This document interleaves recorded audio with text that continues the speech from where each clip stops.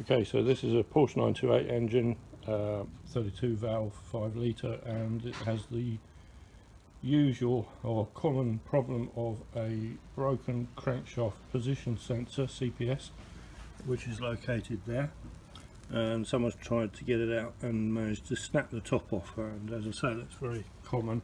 And I thought I'd make a quick sort of video story to show how to go about getting that out and putting a new one in.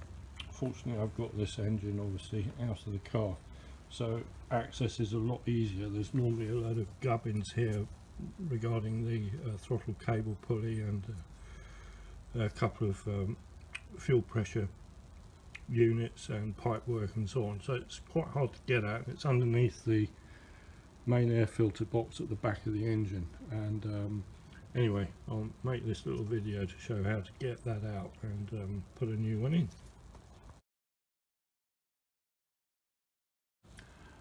So in my case this could be quite easy because you can see the CPS sensor there. It comes down and it watches those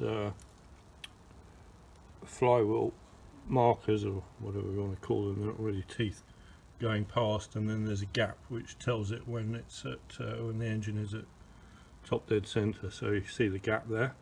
So obviously with the engine out, it's not too bad. I could take the flywheel off and just bash that out from either above or below, but that won't help you in this video. So what I highly recommend you have is a Dremel with a flexible drive on it. I'm going to use a 2mm drill bit, and that will give you good access to attack this from above. You can do it with a drill, just about, but you're much more limited to space. So if you can borrow one of these or even buy one, the Dremel is a fantastic tool anyway, so it's worth having one. Now in terms of drilling this out, there's a plastic bit at the top which is what's broken off, and you can just see the terminals there where the wires connect to the unit, but it has a stainless steel sleeve.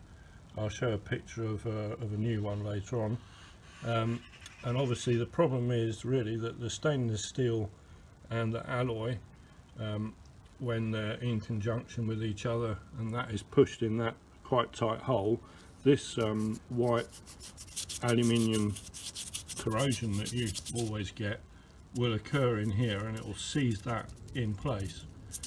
So if it's never been touched and you try and get it out, you're likely to snap the top off like this. So the thing is, to drill it out, you can't just drill straight into the middle of this, because the magnetic core is made of, I don't know what, but it's extremely tough. Even a cobalt drill won't touch it. So what I'm going to do is, with only a 2mm drill bit, I'm going to drill all around the edge of this to try and release the solid core in the middle.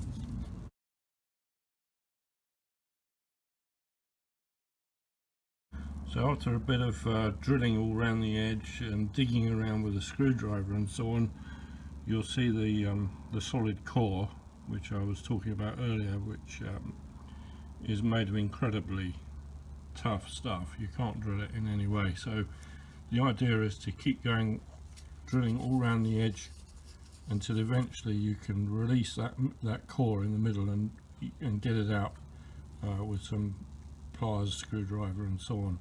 And then you'll be able to collapse the outer case, which is stainless steel but it's quite thin, and get that out. So that's what I'll proceed with. The other thing is,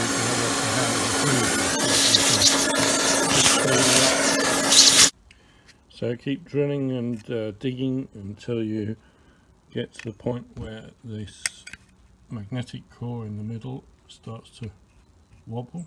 See that moving like a loose tooth? So you're getting close now.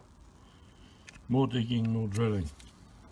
Okay, so when it's good and wobbly, with a pair of long nose pliers you should be able to twist it and pull it out. That center core is very magnetic, but that leaves you with the ability now to properly attack the remaining mess in there which isn't very tough compared to that solid core. So I'll continue with the drilling and prizing to get rid of the rest of that plastic. And after the next step of digging, what will come out is this copper winding, copper bobbin, which that magnetic core is usually in the middle of. So when you've dug around enough, you'll be able to yank that out again with the long nose pliers. And now all that's left down in that hole is the stainless steel outer sleeve. So what I'm going to do now is collapse that with a long screwdriver and work on that to get that out. Right, so hopefully you can see what I've done here. I've got a screwdriver down the edge between the edge of the hole and the outer case that's still in there, and I've slightly worked my way around to collapse it inwards. And you can actually see daylight there. You won't be able to see that obviously on your engine because it will be in the car, but that's what I'm doing to collapse that outer shell. Outer shell pulled out and the hole is clear. Obviously that needs a bit of a clean up now, and when you put the new one in, make sure that you put it in using some Optimoly or copper slip or whatever. Don't cover everything in it, just a thin smear so it doesn't corrode in there again, and then either you or the next person that has to put a new CPS sensor in won't have that problem. So that took me, I don't know, probably 20 minutes all in all, in between taking the videos.